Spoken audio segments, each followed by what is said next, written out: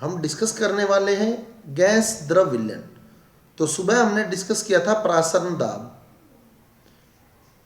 अब हम डिस्कस कर रहे हैं गैस द्रव विलयन, यानी ऐसे विलयन जिसमें विलेय गैस है और विलायक द्रव है। जो पहले लिखा जाता है वो विलेय होता है, जो बाद में लिखा जाता है वो विलायक होता है। तो इसमें विलेय है गैस और विलायक है द्रव। तो गैस द्रव विलयन। अब आप देखें, जैसे मैं ये जल ले रहा हूं, द्रव विलायक ले रहा हूं और इसमें कोई गैस डाल रहा हूं, जैसे सपोज H2 हाइड्रोजन गैस मैंने इसमें प्रवाहित कर दी। हाइड्रोजन गैस मैंने इसमें प्रवाहित कर दी है। तो जो हाइड्रोजन गैस है वो जल में नहीं घुलेगी। क्यों नहीं घुलेगी? क्योंकि गैस की जो नेचर होती है वो नीचे जाने की नहीं होती, बल्कि ऊपर उठने की होती है। गैस जो होती है वो ऊपर उठने की नेचर रखती है, इसलिए हाइड्रोजन गैस जल में नहीं घुलेगी। और अगर इसका थोड़ा बहुत अंश अंदर रह जाता है, सपोज कि हाइड्रोजन का थोड़ा बहुत अंश पानी में रह गया, हमने हाइड्रोजन को पानी में प्रवाहित किया और हाइड्रोजन गैस का थोड़ा बहुत अंश पानी में ही रह गया, तो हम ये नहीं कह सकते कि हाइड्रोजन गैस पानी में घुल गई है, बल्कि हम ये बोलेंगे कि पानी ने हाइड्रोजन गैस का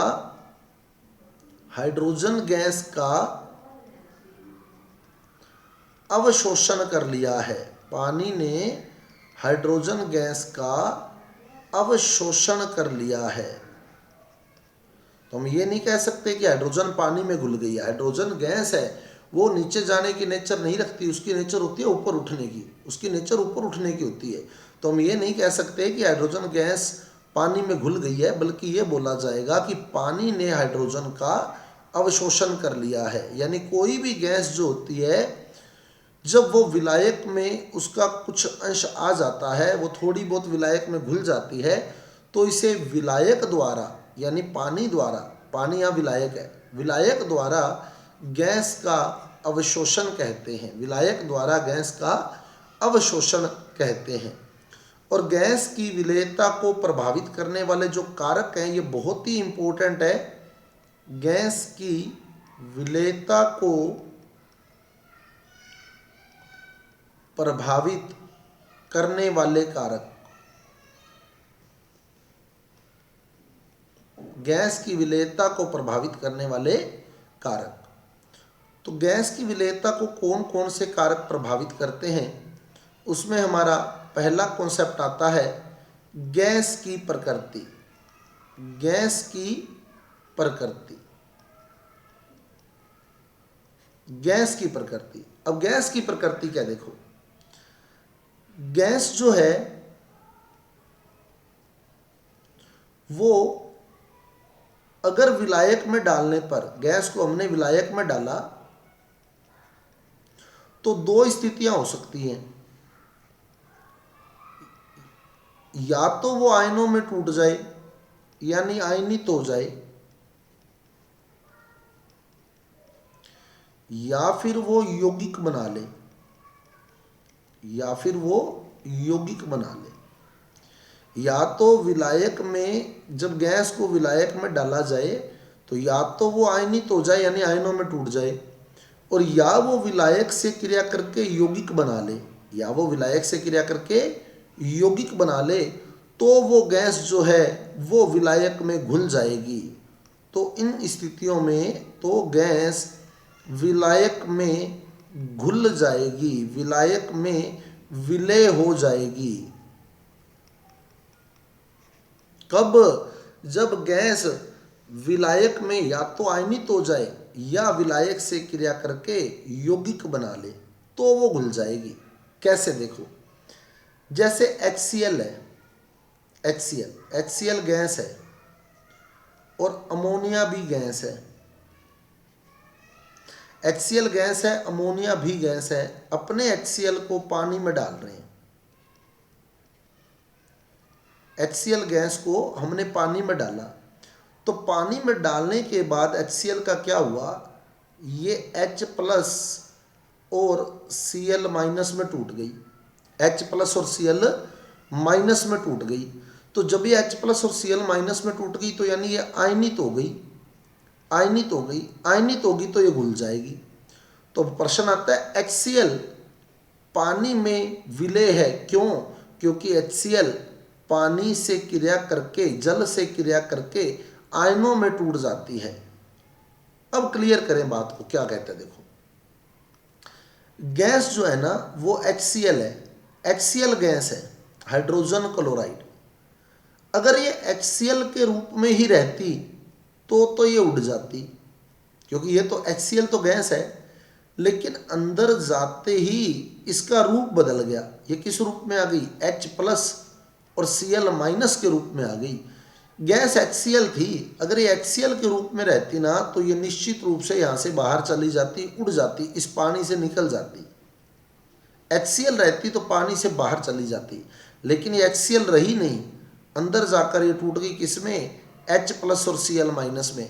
और H प्लस और Cl माइनस गैस नहीं है, H पानी में H प्लस और Cl माइनस जब बनते हैं तो इसे फिर हाइड्रोक्लोरिक अम्ल कहा जाता है। क्या कहते हैं, हाइड्रोक्लोरिक अम्ल। लेकिन अपने को पेपर में इतनी बात नहीं बतानी है, पेपर में वो यही प्रश्न देगा आपको, HCl पानी में घुल जाती है, क्यों? क्योंकि HCl पानी में अपने आयनों में वियोजित हो जाती है, इसलिए पानी में घुल जाती है। अभी प्रश्न मैं आपको क्लियर करूंगा। ऐसे ही अमोनिया देखो, अमोनिया को जब हम पानी में डालते हैं तो क्या होता है, पानी हो गया HOH।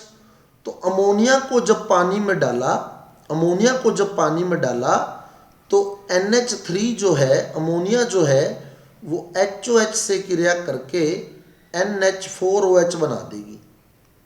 HOH से क्रिया करके क्या बना देगी, NH4OH। तो NH3 जब HOH से क्रिया किया तो NH4OH बन गया। देख लो, NH3 तीन H ये रे, चौथा H ये आ गया, तो क्या बन गया यहाँ NH4OH बन गया, अमोनियम हाइड्रोक्साइड बन गया, NH4OH बन गया।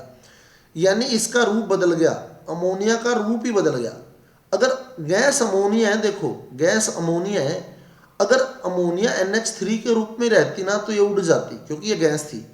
लेकिन जब हमने इसको जल में डाला तो ये NH3 रहा ही नहीं, ये क्या बन गया, NH4OH बन गया, तो इसलिए ये पानी में घुल गई। क्लियर? तो जो गैस विलायक से क्रिया करके या तो यौगिक बना ले या आयनों में टूट जाए वो अधिक विलेय होती है। क्यों? क्योंकि वो अपना नेचुरल रूप ही खो देती है, वो अपनी नेचुरल फॉर्म ही खो देती है। तो इट मीन वो गैस रहती नहीं। अगर HCl ही रहता ना, HCl ही रहता तो निश्चित रूप से वो पानी से बाहर चला जाता। लेकिन HCl पानी में डालते ही H प्लस और Cl माइनस बन गया, तो फिर वो पानी से बाहर नहीं जा सकता। ऐसे ही अमोनिया, अगर अमोनिया ही रहती तो पानी से बाहर चली जाती, लेकिन अमोनिया पानी में डालते ही NH4OH बन गई, अमोनियम हाइड्रोक्साइड बन गई, तो वो अपनी नेचुरल फॉर्म खो गई, उसने अपनी नेचुरल फॉर्म खो दी है। तो इसलिए अमोनिया जो है वो पानी में घुल जाती है। अब प्रश्न क्या आता है, अब मैं बोर्ड का प्रश्न लिख रहा हूं, अब बोर्ड का क्वेश्चन लिख रहा हूं मैं। क्वेश्चन क्या आता है देखो,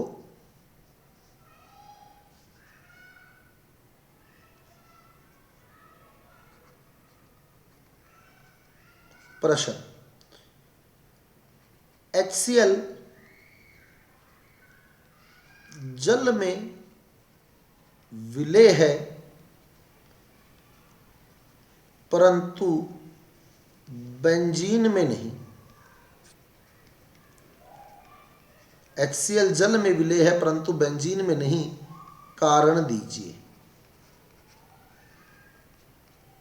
कारण दीजिए। तो क्या लिखेंगे, HCl जल में विलेय है क्योंकि ये जल में अपने आयनों में वियोजित हो जाती है, किसमें, H प्लस व Cl माइनस में, परंतु ये बेंजीन में विलेय नहीं होती।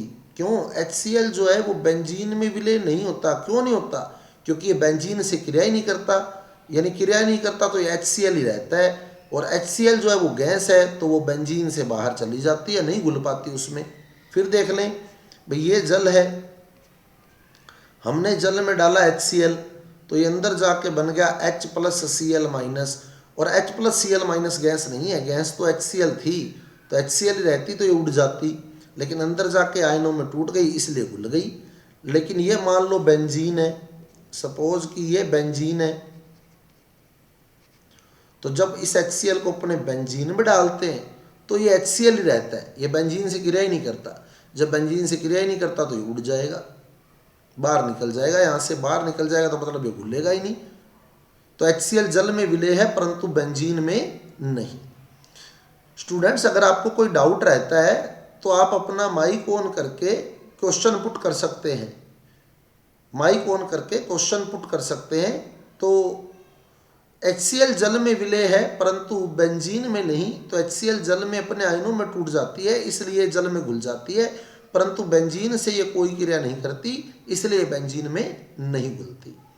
क्लियर? तो ये पहला कारक आ गया हमारे पास, गैस की प्रकृति। तो गैस की प्रकृति कैसी होनी चाहिए? वो गैस विलायक से क्रिया करके या तो आयनित हो जाए और या यौगिक बना ले, वो विलायक में अधिक घुलनशील होती है। ऐसे ही देखो, और देखो, और एग्जांपल देखो, जैसे ऑक्सीजन है, ऑक्सीजन है, ऑक्सीजन का क्या होगा? देखो, ऑक्सीजन O2 रक्त में घुलनशील है, रक्त में घुल जाती है। ऐसे प्रश्न पूछे जाते हैं, ऑक्सीजन रक्त में घुल जाती है परंतु जल में नहीं। ऑक्सीजन रक्त में तो घुल जाती है परंतु जल में नहीं। क्यों? यानी कारण लिखिए, ये प्रश्न आ गया तो कारण क्या? देखो, ऑक्सीजन जब रक्त में जाती है ना, तो ऑक्सीजन जब रक्त में जाती है तो वो यौगिक बना लेती है ऑक्सी हीमोग्लोबिन, क्योंकि आपको पता होगा रक्त में हमारे हीमोग्लोबिन नामक वर्णक पाया जाता है, रक्त में हमारे हीमोग्लोबिन नामक वर्णक पाया जाता है। अतः ऑक्सीजन जो है वो रक्त से क्रिया करके ऑक्सी हीमोग्लोबिन बना लेती है। परंतु ऑक्सीजन को जब जल में डाला जाता है तो ये ऑक्सीजन ही रहती है, जल से क्रिया करती नहीं, तो ऑक्सीजन ऑक्सीजन ही रहेगी, तो ऑक्सीजन गैस है, बाहर चली जाएगी। क्लियर? यानी घुलेगी नहीं। तो हम उत्तर क्या लिखेंगे? ऑक्सीजन रक्त में घुल जाती है क्योंकि यह रक्त में उपस्थित हीमोग्लोबिन से क्रिया करके ऑक्सी हीमोग्लोबिन नामक यौगिक बना लेती है, परंतु ये जल में नहीं घुल पाती। क्यों? क्योंकि ये जल से क्रिया नहीं करती। तो ये हमारा पहला पॉइंट होगा, गैस की प्रकृति। दूसरा पॉइंट जो आता है प्रभावित करने वाले कारकों में, वो आता है ताप का प्रभाव।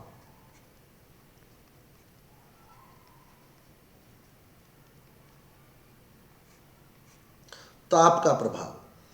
अब देखो, ताप के आधार पर जो अभिक्रियाएं होती हैं वो दो प्रकार की होती हैं।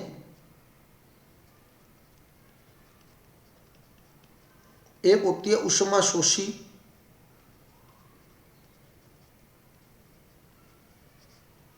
और एक होती है ऊष्माक्षेपी।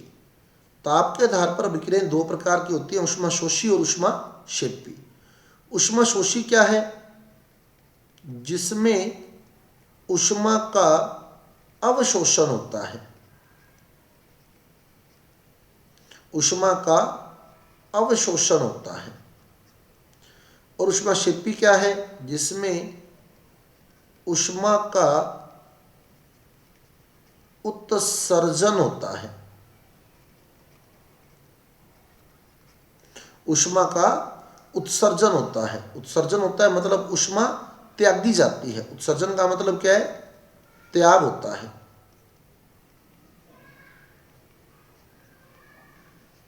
ऊष्मा त्यागी जाती है। और ऊष्माशोषी में ऊष्मा का अवशोषण होता है। अवशोषण यानी ऊष्मा ग्रहण की जाती है, ग्रहण की जाती है। ऊष्माशोषी जिसमें ऊष्मा का अवशोषण होता है और ऊष्माक्षेपी जिसमें ऊष्मा का उत्सर्जन होता है। मैं थोड़ी देर में आपसे क्वेश्चन पूछूंगा, तो आप लोग यहाँ अलर्ट रहिएगा। ऊष्माशोषी, ऊष्माशोषी जिसमें ऊष्मा का अवशोषण होता है, और ऊष्माक्षेपी जिसमें ऊष्मा का उत्सर्जन होता है। उत्सर्जन का मतलब त्यागना, उत्सर्जन का मतलब त्यागना, यानी ऊष्माक्षेपी में ऊष्मा त्यागी जाती है और ऊष्माशोषी में ऊष्मा ग्रहण की जाती है। क्लियर? तो अब मैं आपसे प्रश्न पूछूंगा यहाँ।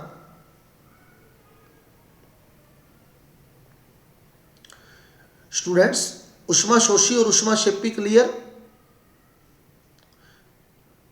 तो रवि जी आपसे मेरा प्रश्न रहेगा, सभी स्टूडेंट्स अलर्ट रहिएगा, अब मेरे प्रश्न पुट होंगे आपसे। रवि जी आपसे प्रश्न रहेगा, आपने माइक ऑन करके अपना जवाब देना है। हम कौन सी चीज त्यागते हैं, जो हमारे को चाहिए या जो हमारे को नहीं चाहिए? कौन सी चीज हम त्याग देते हैं, जो हमारे को चाहिए होती है या जो हमारे को नहीं चाहिए होती है?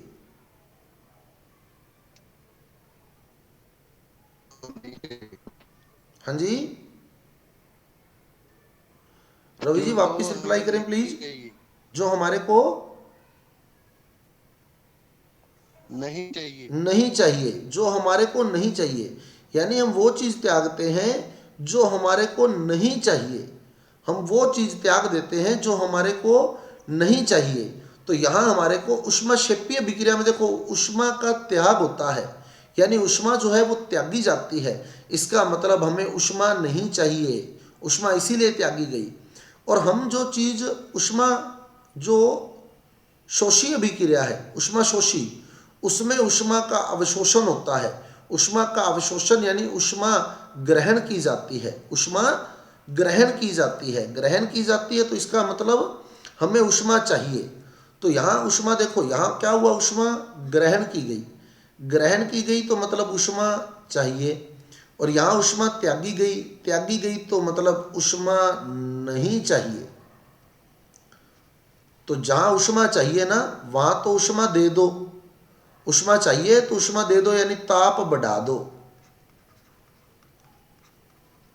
ऊष्मा देने का मतलब ताप बढ़ा दो।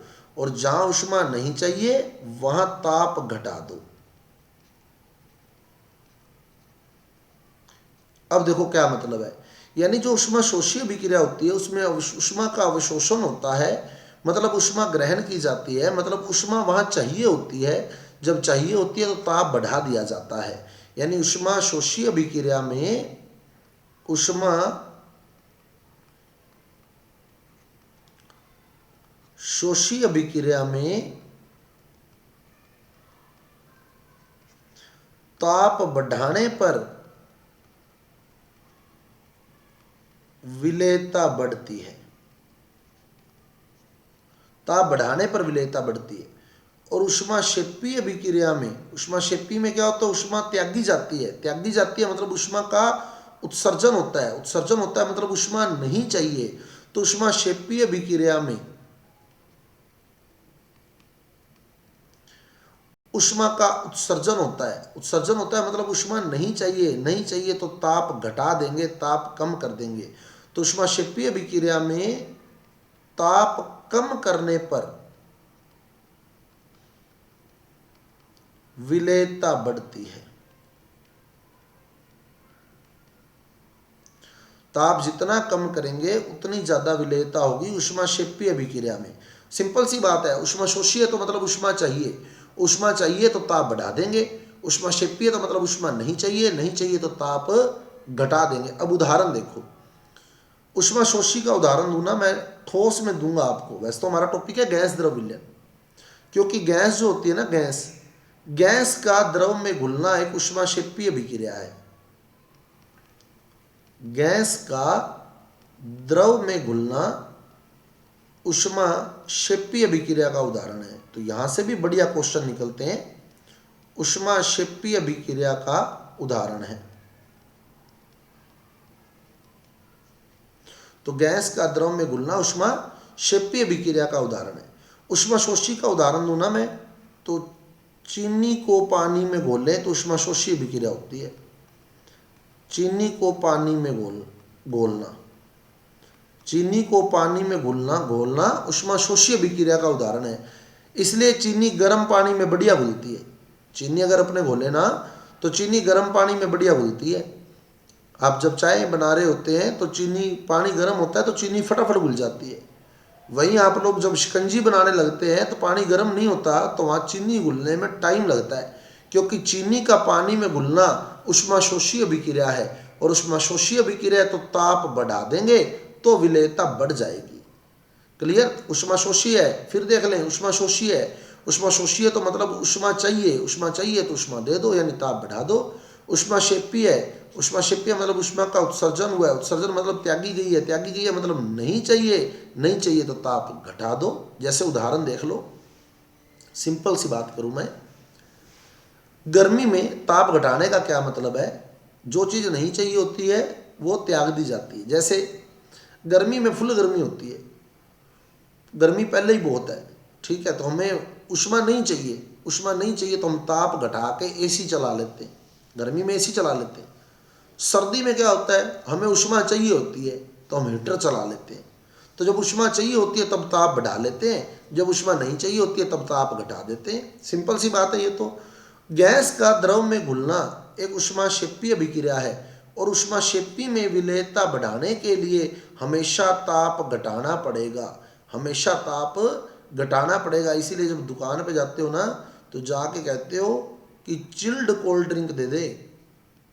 कभी क्या है क्या, गर्मा गर्म कोल्ड ड्रिंक दे दे, क्या चिल्ड कोल्ड ड्रिंक मांगते हैं। क्यों?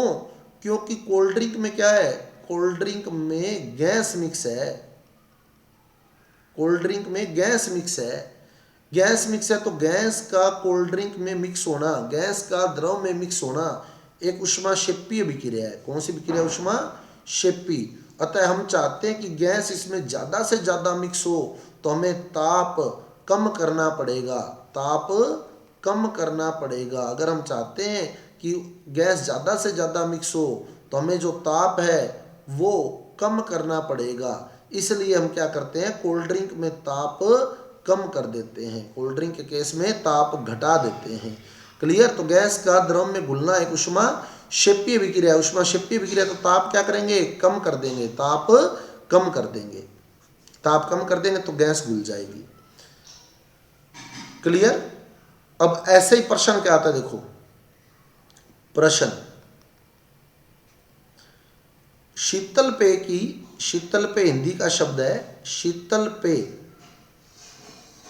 इंग्लिश शब्द है कोल्ड ड्रिंक,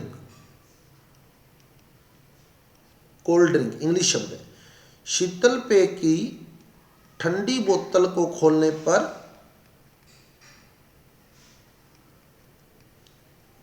शीतल पेय की ठंडी बोतल को खोलने पर बुलबुले नहीं निकलते, बुलबुले नहीं निकलते अथवा कम निकलते हैं।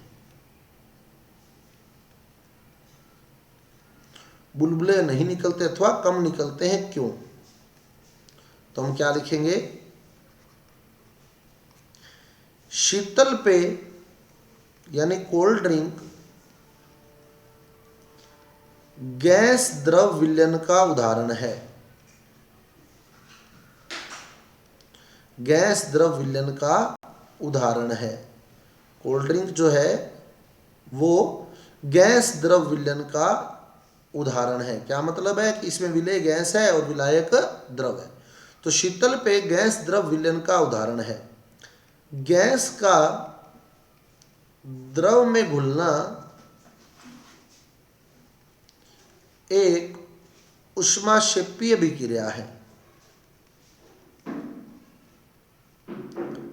गैस का द्रव में घुलना कौन सी विक्रिया? ऊष्माक्षेपीय विक्रिया है। और ऊष्माक्षेपीय विक्रिया में क्या होगा, बोतल ठंडी ले ली, ठंडी बोतल का ताप कम होता है, तो गैस का द्रव में घुलना ऊष्माक्षेपीय विक्रिया है। अतः ताप कम करने पर विलेयता बढ़ती है। ताप कम कर देंगे तो क्या होगा, उसकी विलेयता बढ़ जाएगी। ताप कम करने पर विलेयता बढ़ती है। इसलिए क्योंकि ठंडी बोतल का ताप कम है, ताप कम है तो उसमें विलेयता क्या होगी, ज़्यादा होगी। विलेयता ज़्यादा होगी तो बुलबुले नहीं निकलेंगे या बहुत कम निकलेंगे। तो शीतल पेय गैस द्रव विलयन का उदाहरण है। और गैस का द्रव में घुलना एक ऊष्माक्षेपीय अभिक्रिया है, और ऊष्माक्षेपीय अभिक्रिया में जब हम ताप कम कर देते हैं तो विलेयता बढ़ जाती है। ऊष्माक्षेपीय अभिक्रिया में जब हम ताप कम कर देते हैं तो विलेयता बढ़ जाती है। और क्योंकि बोतल ठंडी है, शीतल पेय वाली ठंडी है तो मतलब उसका ताप कम है, ताप कम है तो विलेयता ज़्यादा है, विलेयता ज़्यादा है तो बुलबुले नहीं निकलेंगे या बहुत कम निकलेंगे। अब अगर इस क्वेश्चन के आंसर में किसी को डाउट है तो वो अपना माइक ऑन करके क्वेश्चन पूछ सकता है। मैं नेक्स्ट क्वेश्चन की ओर मूव कर रहा हूं स्टूडेंट्स, अगर आपको डाउट है तो आप अपना क्वेश्चन पुट कर सकते हैं। अब मेरा अगला क्वेश्चन, प्रश्न,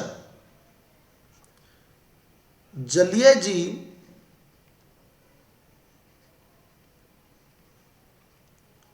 गर्म जल की अपेक्षा, जलीय जीव गर्म जल की अपेक्षा ठंडे जल में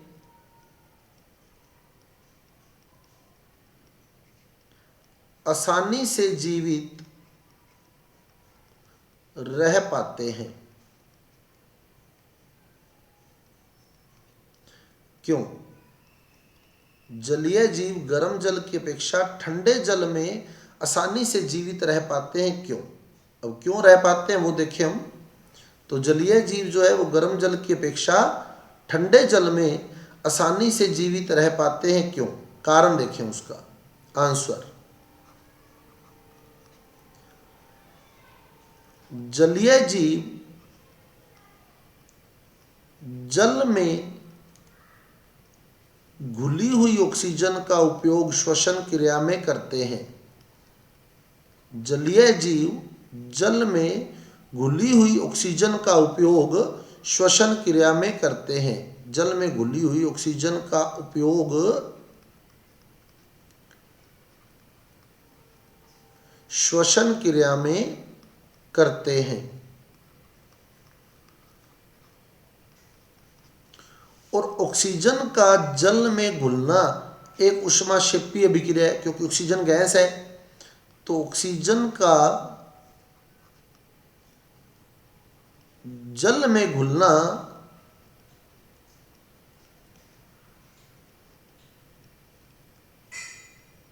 एक ऊष्माक्षेपीय अभिक्रिया है। ऑक्सीजन का जल में घुलना एक ऊष्माक्षेपीय अभिक्रिया। ऊष्माक्षेपीय अभिक्रिया में क्या करेंगे हम, ताप कम कर देंगे तो विलेयता बढ़ेगी। और क्योंकि ठंडे पानी का ताप कम है, ठंडे पानी का ताप कम है, और क्योंकि ठंडे जल का ताप कम है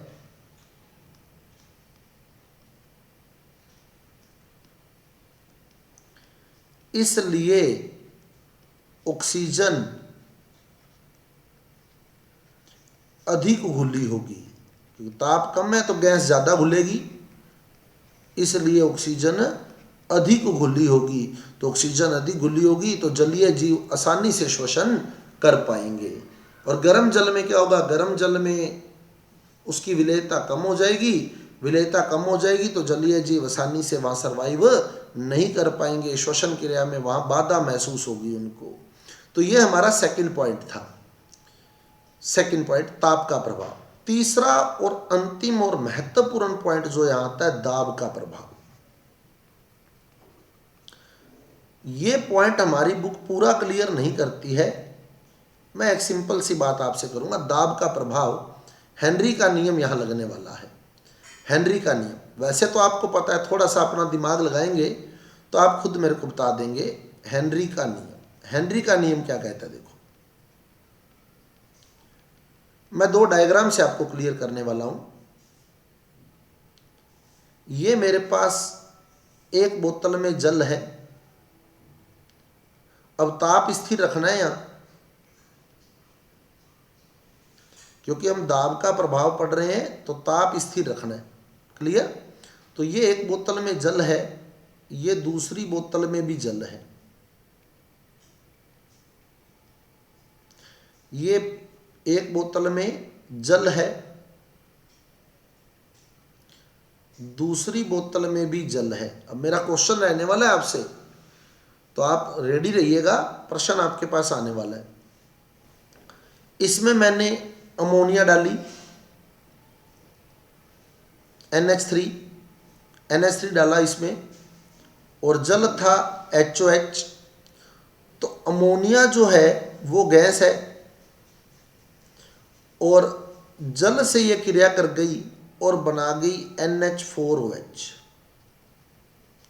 यानी अमोनिया ने अपना स्वरूप खो दिया, नेचर खो दी, तो ये इसमें घुल गई, ये इसमें घुल जाएगी, क्योंकि अमोनिया जो है वो अंदर जाकर NH4OH बना चुकी है। क्लियर? जब वो NH4OH बना चुकी है तो मतलब उसमें घुल जाएगी। अब यहां हमने डाली हाइड्रोजन। कौन सी गैस डाली? यहां हाइड्रोजन गैस। और हाइड्रोजन जो है वो जल से क्रिया नहीं करती, यानी ये अपने नेचुरल फॉर्म में ये H2 में ही। तो H2 जो है वो गैस है तो वापस बाहर निकलने का प्रयास करेगी। तो H2 जो इसमें हमने डाली है वो वापस बाहर निकलने का प्रयास करेगी। अब आपसे जो मेरा क्वेश्चन है वो क्वेश्चन ये है, वापस देख लें, अमोनिया को अपने जल में डाला तो NH4OH बन गया, और हाइड्रोजन को जल में डाल रहे हैं तो हाइड्रोजन जल से क्रिया नहीं कर रही और वो वापस बाहर निकल रही है। अब आपसे मेरा क्वेश्चन है, और आप लोग जो है चैट बॉक्स में रिप्लाई कीजिएगा प्लीज। क्वेश्चन आपसे मेरा है, कौन से पात्र पर, एक पात्र में जल था, अमोनिया डाल रहे थे, एक पात्र में जल था, एक हाइड्रोजन डाल रहे थे, कौन से पात्र पर आपको दाब लगाने की जरूरत पड़ेगी? कौन से पात्र पर आपको दाब लगाने की जरूरत पड़ेगी? ये मेरा क्वेश्चन है आपसे, और आपको चैट बॉक्स में रिप्लाई करनी है, कौन से पात्र पर आपको दाब लगाने की जरूरत पड़ेगी? दोनों में से कौन से पात्र पर आपको दाब लगाना पड़ेगा? बहुत बढ़िया। बाकी स्टूडेंट्स भी मैं रिक्वेस्ट करूंगा, बिल्कुल शाबाश, बहुत बढ़िया रिस्पांस मिल रहा है, और बिल्कुल आपका जो पॉइंट है वो क्लियर हो चुका है। दाब लगाना पड़ेगा हमें सेकंड पात्र पर। क्यों? क्योंकि हम चाहते हैं गैस पानी में घुले। अमोनिया तो पानी से क्रिया कर गई, वो तो बाहर निकल नहीं सकती, लेकिन सेकंड पात्र में जिसमें हाइड्रोजन है वो बाहर निकलने का प्रयास करेगी, और हम चाहते हैं कि वो हाइड्रोजन उसमें घुले। तो हम क्या करेंगे? उस पर दाब लगा देंगे। तो हेनरी का नियम यही हेनरी का नियम है। थोड़ा सा सोच के करोगे ना तो हेनरी सब पता है अपने को, ऐसा कुछ भी नहीं है जो हमें ना पता हो। हमारी कमी क्या है कि हम लोग सोचते नहीं है, उसको रटने का प्रयास करते हैं, क्योंकि हमारी बुक हर कॉन्सेप्ट क्लियर नहीं करती। कॉन्सेप्ट आपको बनाना पड़ेगा, आपको सोचना पड़ेगा कि कॉन्सेप्ट क्या है। अब आप देखें वापस हुआ क्या, अमोनिया अंदर गई, जल से क्रिया कर गई तो NH4OH बना गई, तो घुल गई, तो उस पर दाब का प्रभाव लगाने की जरूरत नहीं है, आपको दाब लगाने की जरूरत नहीं है। वहीं दूसरी ओर हाइड्रोजन को जब जल में डाला गया तो उसने जल से क्रिया नहीं करी, तो वो वापस बाहर निकलने का प्रयास कर रही है, और हम चाहते हैं कि वो हाइड्रोजन पानी में घुले। तो हमने क्या किया? उस पर दाब लगा दिया। कब? जब गैस ने विलायक से क्रिया नहीं की। यही हेनरी का नियम है। किसी गैस की द्रव में विलेयता स्थिर ताप पर, ताप स्थिर रखना है, स्थिर ताप पर किसी गैस की द्रव में विलेयता उस गैस के आंशिक दाब के समानुपाती होती है। कब? जब गैस विलायक से क्रिया न करे। क्योंकि अगर गैस विलायक से क्रिया कर गई तो फिर चाहे दाब लगाओ चाहे ना लगाओ, वहां फर्क नहीं पड़ने वाला है। और अगर गैस विलायक से क्रिया नहीं करी तो वो बाहर निकलने का प्रयास करेगी। उस केस में आप चाहते हैं कि आप उसे पात्र में रोक दें, आप उसे वहीं रोक के रखें, तो आपने क्या करना है? उस पर दाब लगा देना है, आपने उस पर दाब लगा देना है तो वो पात्र में रुकी रहेगी। तो यही स्थिति है हेनरी के नियम की। तो हेनरी का नियम क्या कहता है, किसी गैस की द्रव में विलेयता उस गैस के दाब के समानुपाती होती है जब गैस विलायक से क्रिया नहीं करती, गैस विलायक से क्रिया नहीं करती। क्लियर। अब मैं मूव कर रहा हूं वापिस अगली बातों पर। हेनरी के नियम की कुछ सीमाएं दी हैं, अभी मैं गणितीय कथन नहीं लिख रहा हूं, कुछ सीमाएं दी हैं हमारी बुक के अंदर हेनरी के नियम की। वो सीमाएं क्या है वो देख लें। पहली सीमा जो आती है वो ये आती है कि विलयन जो है, विलयन तनु होना चाहिए। एक बात लिखता है ये, विलयन तनु होना चाहिए। मैं आपको फिर रिक्वेस्ट करूंगा, आप कंपटीशन में बैठते हैं ना जब, तो वो अगला आपको कह सकता है कि कौन सा कथन हेनरी के नियम की सीमा नहीं है, कौन सा कथन हेनरी के नियम की सीमा नहीं है। तो आपके कॉन्सेप्ट क्लियर होने चाहिए। अब मैं वापस आपको बोर्ड पे लेके एक बार बोर्ड पे डिस्कस कर रहे हैं हम लोग, और फिर आप देखना क्या कहता है हेनरी के नियम की सीमा। तो पहली सीमा आई, विलयन अत्यंत तनु होना चाहिए, विलयन अत्यंत तनु होना चाहिए। इसका क्या मतलब है, देखो जैसे ये पानी है, अगर मान लो कोई गैस विलायक से क्रिया कर जाती तो वो इसके अंदर रहती ये विलयन तो सांद्र हो जाता, गाढ़ा हो जाता। तो विलयन सांद्र तभी हो सकता है जब वो गैस विलायक से क्रिया कर जाए, और हमारी शर्त थी कि दाब का प्रभाव तभी लगेगा जब गैस विलायक से क्रिया नहीं कर रही, ये बात आपकी बुक में नहीं लिखी है, गैस विलायक से क्रिया नहीं कर रही। तो हेनरी के नियमानुसार किसी गैस की द्रव में विलेयता, भी हाइड्रोजन बाहर नहीं निकल सकती, अब इसकी मजबूरी है कि इसको अंदर रहना पड़ेगा, इसके अंदर इसको रहना पड़ेगा। तो किसी गैस की द्रव में विलेयता उस गैस के दाब के समानुपाती होती है, कब, जब गैस विलायक से क्रिया न करे। तो अगर गैस विलायक से क्रिया कर गई तो विलयन सांद्र हो जाएगा, और हमारी शर्त है कि विलयन तनु होना चाहिए। तनु कब रहेगा, अब ये मान लो पानी है, अब गैस इस पानी से क्रिया नहीं कर रही, इस जल से क्रिया नहीं कर रही, तो इस जल में जाएगी नहीं, वो जल से बाहर निकलने का प्रयास करेगी। तो बहुत कम अणु उसके अंदर होंगे, बाकी के कहाँ होंगे, बाकी के यहाँ पड़े होंगे इस जगह। तो विलयन तो यहाँ बना इस जगह, तो विलयन तनु रहेगा, तभी हेनरी के नियम की पालना होगी। क्योंकि हेनरी का नियम कहता है गैस की विलेयता दाब के समानुपाती होती है, और ये तभी हो सकता है जब गैस विलायक से क्रिया न करे, और अगर गैस विलायक से क्रिया नहीं करेगी तो विलयन तनु रहेगा, क्रिया कर गई तो फिर सांद्र हो जाएगा। तो पहला पॉइंट यही है, विलयन तनु होना चाहिए। 4 पॉइंट है, मैं चारों क्लियर कर दूंगा आपको, विलयन तनु होना चाहिए। और आपको फिर कहूँगा मैं, रट्टे को ख़त्म कर दें आप लोग, क्योंकि केमिस्ट्री जो है बिल्कुल कॉन्सेप्चुअल सब्जेक्ट है। अगर आपके कॉन्सेप्ट क्लियर हो जाते हैं तो निश्चित रूप से, अगर आपके कॉन्सेप्ट क्लियर हो जाते हैं तो निश्चित रूप से आपका सब्जेक्ट बहुत इजी हो जाएगा। दूसरा क्या कहता है, देखो दूसरा कहता है गैसीय अवस्था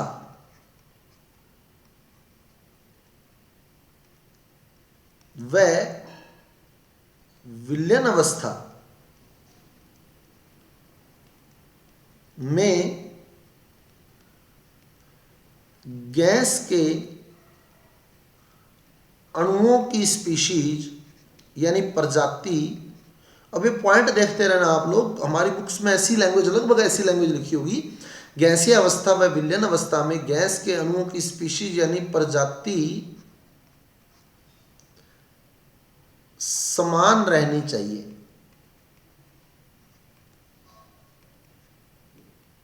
समान रहनी चाहिए तभी हेनरी का नियम लगेगा, अदरवाइज नहीं लगेगा। अब इसको क्लियर करो, देखो कैसे, क्या मतलब है इसका।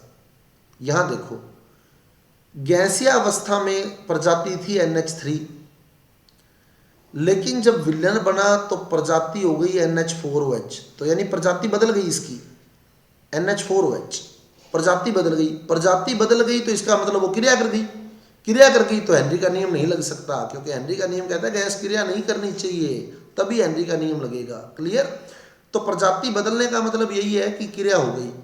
अब यहां देखो, ये हमने हाइड्रोजन डाली थी और विलयन में भी क्या रही, हाइड्रोजन ही रही। और ये तभी रह सकती है जब गैस विलायक से क्रिया न करे, यानी इस शर्त की पालना करे, तो बिल्कुल हमें दाब लगाना पड़ेगा, क्योंकि गैस विलायक से क्रिया नहीं करेगी तो हमें दाब लगाना पड़ेगा। तो ये दूसरा पॉइंट है, गैसीय अवस्था व विलयन अवस्था में गैस के अणुओं की जो स्पीशीज है, जो प्रजाति है, वो समान रहनी चाहिए। यानी जो गैसीय अवस्था में सूत्र था वही सूत्र विलयन अवस्था में रहना चाहिए। तो यहाँ NH3 लिया था, NH4OH बन गया, इसका मतलब क्रिया हो गई, क्रिया हो गई तो हेनरी का नियम पालन नहीं होगा। तो यहीं से एक प्रश्न आता है, देखो प्रश्न क्या है, इसी पॉइंट से प्रश्न निकलता है, HCl के जलीय विलयन पर हेनरी का नियम लागू नहीं होता, क्यों? HCl के जलीय विलयन पर हेनरी का नियम लागू नहीं होता, क्यों? HCl के जलीय विलयन पर हेनरी का नियम लागू नहीं होता, क्यों? क्यों नहीं होता? क्या आंसर देंगे यहां?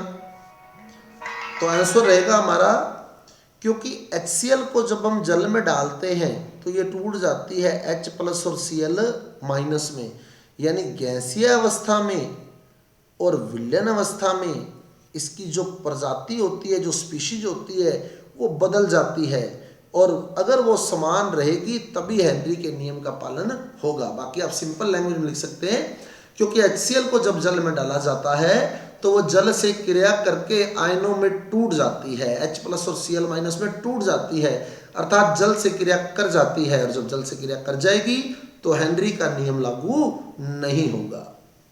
क्लियर? इसी केस में दूसरा प्रश्न भी बन सकता है, अमोनिया के जलीय विलयन पर हेनरी का नियम लागू नहीं होता। सेम क्वेश्चन है, अमोनिया के जलीय विलयन पर हेनरी का नियम लागू नहीं होता। तो सेम वही बात है, क्योंकि अमोनिया जल से क्रिया करके NH4OH बना देती है, अमोनिया जल से क्रिया करके NH4OH बना देती है, यानी जल से क्रिया कर जाती है, क्रिया कर जाती है, तो हेनरी का नियम लागू नहीं होगा, हेनरी का नियम लागू नहीं होगा। क्लियर? तीसरा प्रश्न जो हमारा आता है, तीसरा बिंदु जो आता है हमारा, थर्ड पॉइंट क्या कहता है, ताप अत्यंत कम नहीं होना चाहिए, ताप अत्यंत कम नहीं होना चाहिए, ऐसा क्यों? देखो, एक सीमा यह भी आती है, ताप अत्यंत कम नहीं होना चाहिए, ऐसा क्यों? क्योंकि गैस की नेचर है कि अगर गैसीय अवस्था है, अगर गैसीय अवस्था ही है ना, तो गैस की नेचर है कि गैस के अणु जो होते हैं वो दूर दूर रहते हैं। अगर अवस्था गैसीय ही है, जैसे ये देखो, ये गैस है, ये गैस है, ये, तो इसके अणु दूर दूर हैं। गैस तभी होगी जब इसके अणु दूर दूर होंगे। अब हमने क्या किया, ताप कम कर दिया तो इसके कण पास पास आ गए, ताप कम कर देंगे तो क्या होगा, इसके कण पास पास आ जाएंगे, तो ये गैस नहीं रहेगी। जब कण पास पास आ गए तो ये क्या बन गई, द्रव बन गई, और जब द्रव बन गई तो फिर टॉपिक ही खत्म हो गया अपना, क्योंकि हमारा टॉपिक गैस द्रव विलयन है, तो द्रव द्रव विलयन का कॉन्सेप्ट ही अलग है। तो इसलिए ताप अत्यंत कम नहीं होना चाहिए, क्योंकि अगर ताप अत्यंत कम हो गया तो हो सकता है कि गैस द्रव में परिवर्तित हो जाए, तो उस स्थिति में हेनरी का नियम लागू नहीं होगा, क्योंकि हेनरी का नियम गैस द्रव विलयन पर लागू होता है।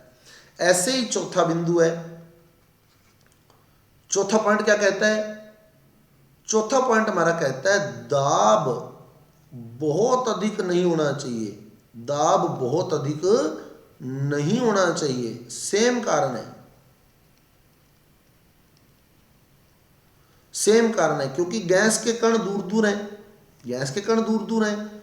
अगर अपने दाब उच्च कर दिया तो भी वो कण पास पास आ जाएंगे। दाब उच्च कर दिया तो भी क्या होगा, वो कण पास पास आ जाएंगे। पास पास आ जाएंगे तो यानी वो द्रव बन जाएंगे, और द्रव बन जाएंगे तो हेनरी का नियम लागू नहीं होगा। तो ये सीमाएं लिखी होती है, 4 सीमाएं। थोड़ा सोच के, अपने क्या है कि अपने सोचते 4 लाइनें तो रटनी है, 4 लाइनें तो रटनी है, रट देते हैं। लेकिन आप कॉन्सेप्ट क्लियर करें। पहला बिंदु क्या था, विलयन तनु होना चाहिए। तनु कब रहेगा, जब वो गैस नहीं घुलेगी तब तनु रहेगा। दूसरा कॉन्सेप्ट था प्रजाति सेम रहनी चाहिए। प्रजाति कब सेम रहेगी, जब क्रिया नहीं करेगी। क्रिया नहीं करेगी तो बिल्कुल हेनरी का नियम लगेगा। तीसरा बिंदु आया, ताप कम नहीं होना चाहिए, क्योंकि ताप कम किया तो गैस के कण पास पास आ जाएंगे। पास पास आ जाएंगे तो द्रव बन जाएगा, द्रव बन जाएगा तो हेनरी का नियम नहीं लगेगा। दाब अत्यंत उच्च नहीं होना चाहिए, दाब बहुत ज्यादा नहीं होना चाहिए, क्योंकि अगर दाब ज्यादा कर दिया तो भी कण पास पास आ जाएंगे। पास पास आ जाएंगे तो द्रव बन जाएगा, द्रव बन जाएगा तो हेनरी का नियम नहीं लगेगा। अब आप गणितीय कथन देखें हेनरी के नियम का। गणितीय कथन क्या है, हेनरी के नियम का गणितीय कथन।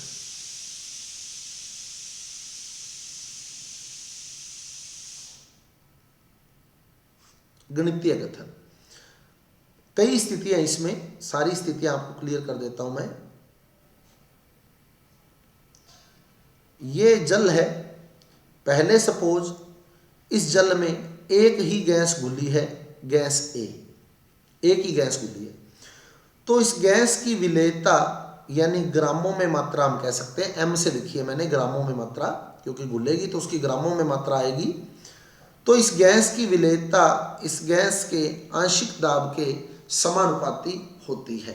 एम समानुपाती पी, एम समानुपाती पी, गैस की विलेयता दाब के समानुपाती होती है।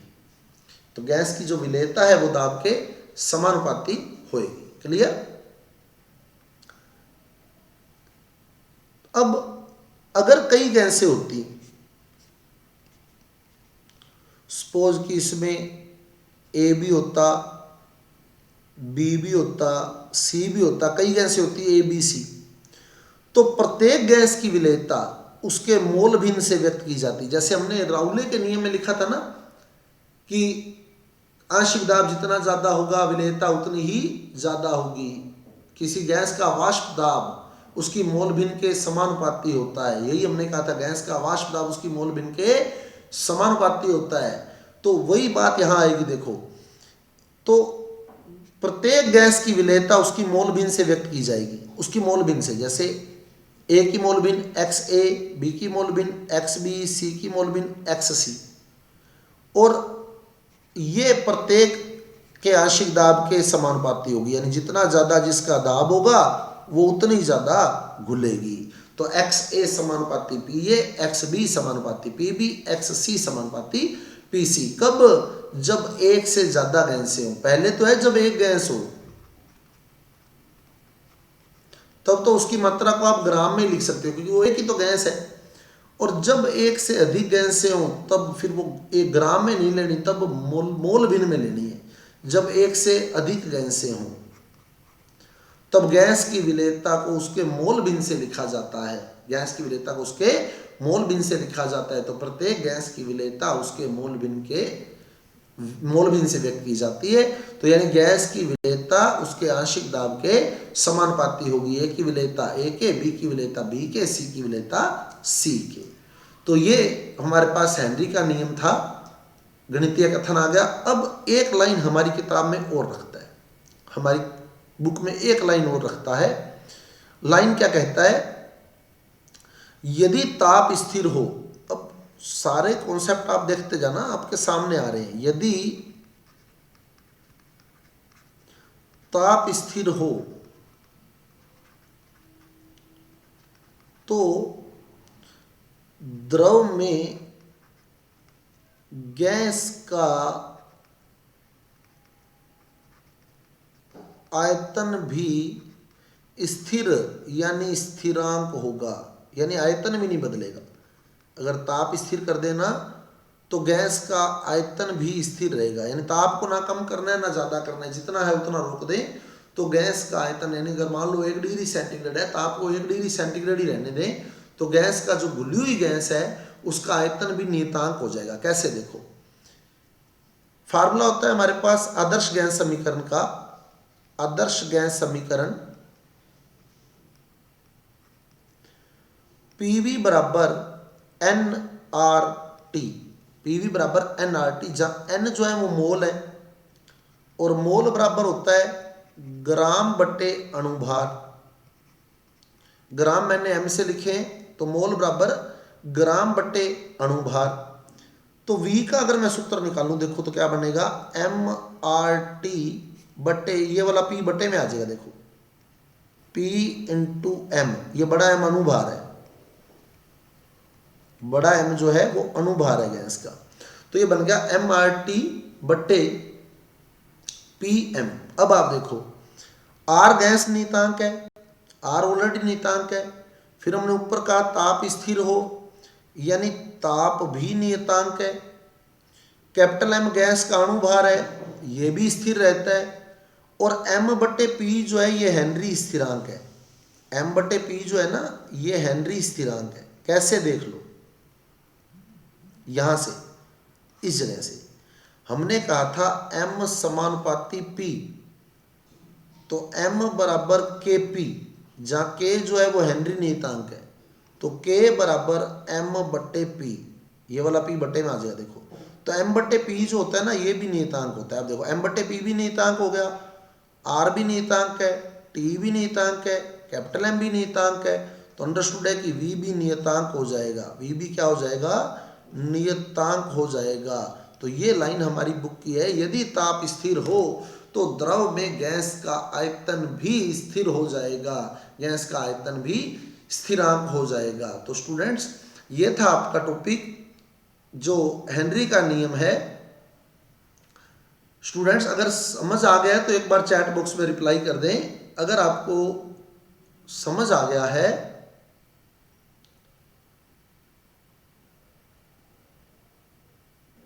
Thank you. तो हेनरी का नियम आपका क्लियर हुआ। अब कल हम इसके न्यूमेरिकल डिस्कस करेंगे सारे इस चैप्टर के, तो कल मिलते हैं 3 बजे की क्लास में। धन्यवाद।